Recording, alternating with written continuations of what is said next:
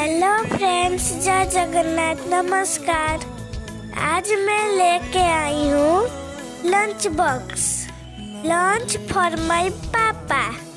पापा के लिए लंच। और हम पहले लौकी का डलमा बनाते हैं। लौकी और आलू को छोटा छोटा करके काटिए।